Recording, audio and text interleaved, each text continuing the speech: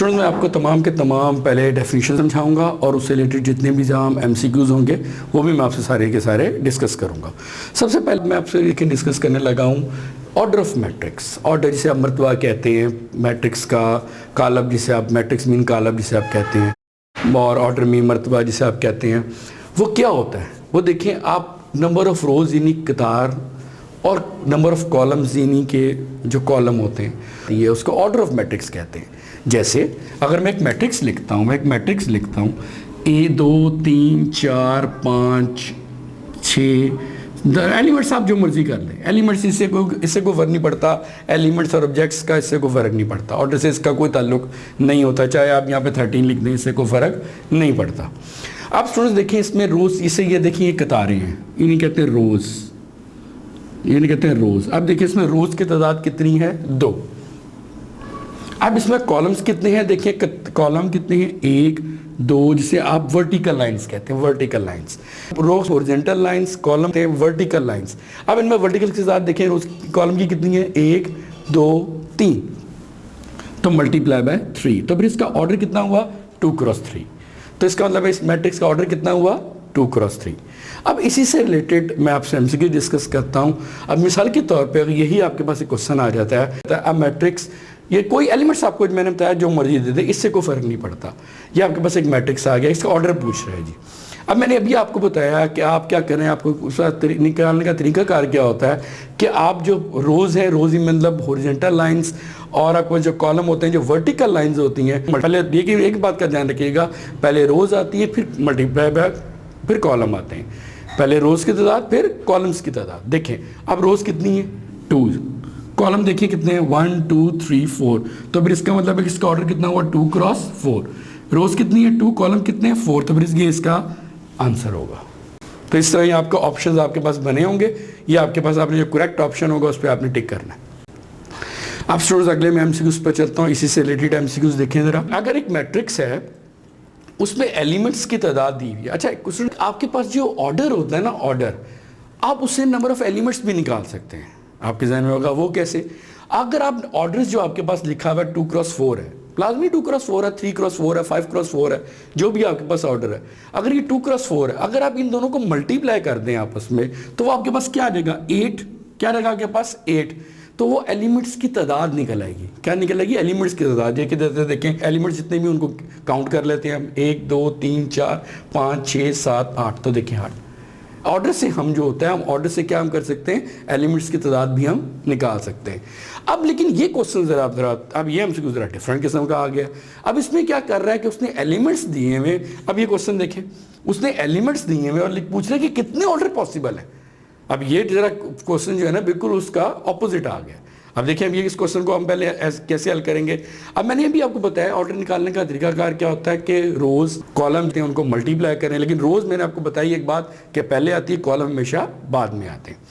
ठीक है, अब आप ये पूछ रहे अब इसमें एलिमेंट्स की तादाद उसने दे दी हुई है कितनी 20, एलिमेंट्स की तादाद 20 दी, वो ऑर्डर्स पूछ रहे हैं कितने। अब स्टूडेंट्स आपने क्या करना है, आप कोई ऐसे नंबर लें, पॉजिटिव नंबर लें जिनको मल्टीप्लाई करने से 20 आता हो। देखिए मैंने अभी किया है, देखिए 1 मल्टीप्लाई बाय 20, 4 मल्टीप्लाई बाय 5 20 आए, 10 मल्टीप्लाई बाय 2 आपके जहन में होगा 3 को किसी से मल्टीप्लाई करें तो 20 नहीं आता। आपके जहन होगा 6 को किसी से मल्टीप्लाई करें तो 20 नहीं आता। तो मैंने बताया कि कोई ऐसे दो वर्ड लेने, ऐसे दो पॉजिटिव नंबर लेने जिनको मल्टीप्लाई करने से 20 आता हो। तो देखें 1 multiply by 20, 4 multiply by 5, 10 multiply by 2, इन सबको मल्टीप्लाई करने से कितना आता है 20 आता है, नंबर ऑफ एलिमेंट्स आ जाते हैं।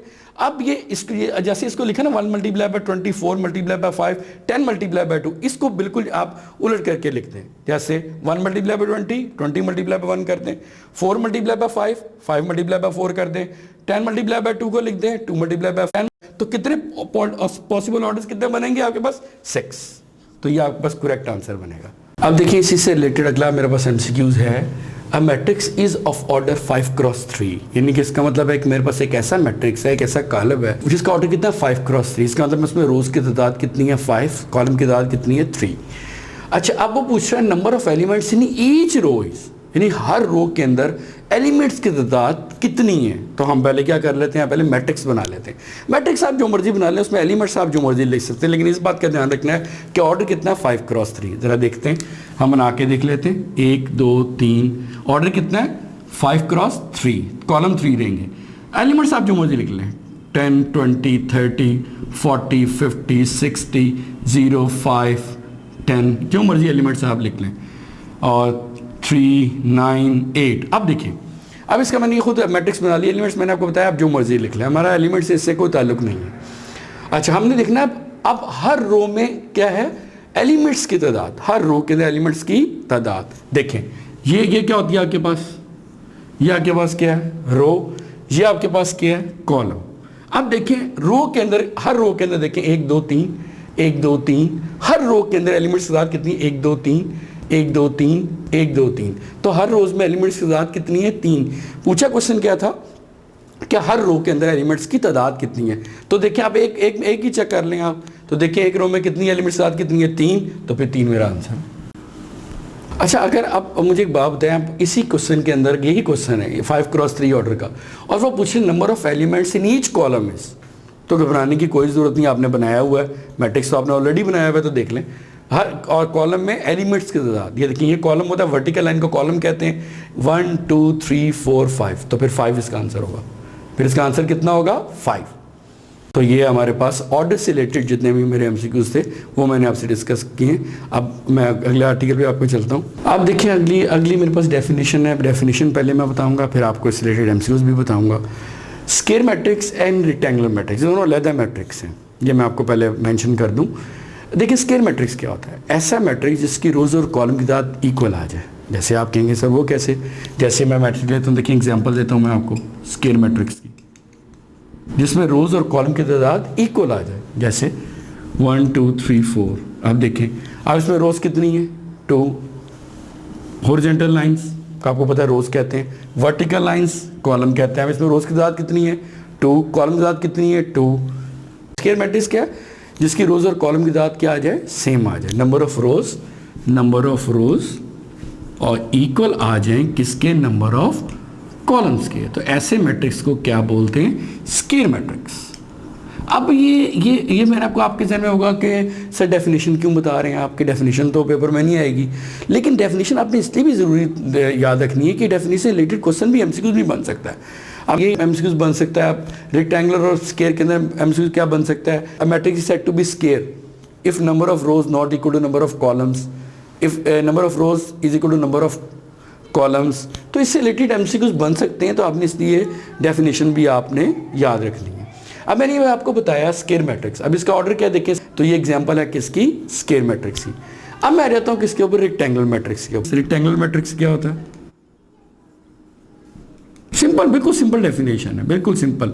Number of rows not equal to number of columns. आप इसे इंग्लिश में भी लिख सकते हैं, a matrix in which number of rows is not equal to number of columns.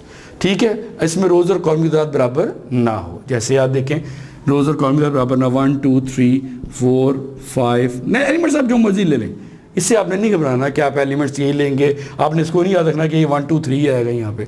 Elements आप जो मर्जी दे दें। अभी देखिए, इसमें रोज की तादाद कितनी है, 2। हॉरिजॉन्टल लाइंस कितनी है, 2, जबकि वर्टिकल लाइंस कितनी है, 3। तो इसका ऑर्डर कितना है, 2x3। तो इसमें देखिए रोज और कॉलम देखिए दोनों सेम है, नहीं ना सेम, तो फिर ऐसे मैट्रिक्स को क्या बोलते हैं, रेक्टेंगुलर मैट्रिक्स। अब यही सवाल जो है वो एमसीक्यूज में कैसे बन सकता है। अब अगर आपको 4 ऑप्शन दे देता है, मिसाल के तौर पे आपका ऑप्शन दे देता है, आपको कहता है कि which of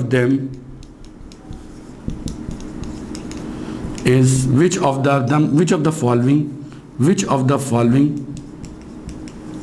is a square matrix. अब ये आपको मैं एमसीक्यूज बना रहा हूँ। Which of the following is a square matrix, या यूं भी आ सकता है which of them is a rectangular matrix. देखें, अब इसमें क्या होगा कि which of the following is a square matrix. आप ऑप्शन देखिए इसके, 1 2 3 4 5 6, ऑप्शन बी देखिए इसके। ऑप्शन वो आपको जो मर्जी बना सकता है, उससे नहीं आपने घबराना, आपने ये नहीं देखना, आपने देखना नंबर ऑफ रोज और कॉलम सेम है, बस ये चीज़ देखनी है।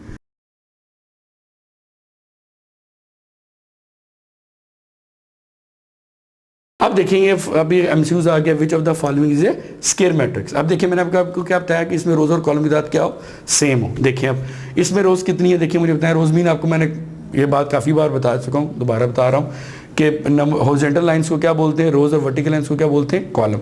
अब देखिए इसकी रोज और कॉलम की तादाद देखिए सेम है, रोज कितनी है 2 और कॉलम कितने हैं 3, तो सेम नहीं है। इसमें देखिए रोज और कॉलम, देखिए रोज कितनी है 2, कॉलम कितने हैं 2, तो इसका मतलब है कि इसमें रोज और कॉलम की तादाद सेम है, तो ये आपके पास आंसर है। सिमिलरली यही सवाल आपको ये भी पूछ सकता है which of the following is a rectangular matrix. अब आपको उसमें क्या करेगा कि 3 आपको क्या दे देगा, एक स्क्वायर मैट्रिक्स दे देगा और एक आपको क्या दे देगा, रेक्टेंगुलर मैट्रिक्स। तो आपने किस पे टिक करना है, रेक्टेंगुलर मैट्रिक्स के ऊपर।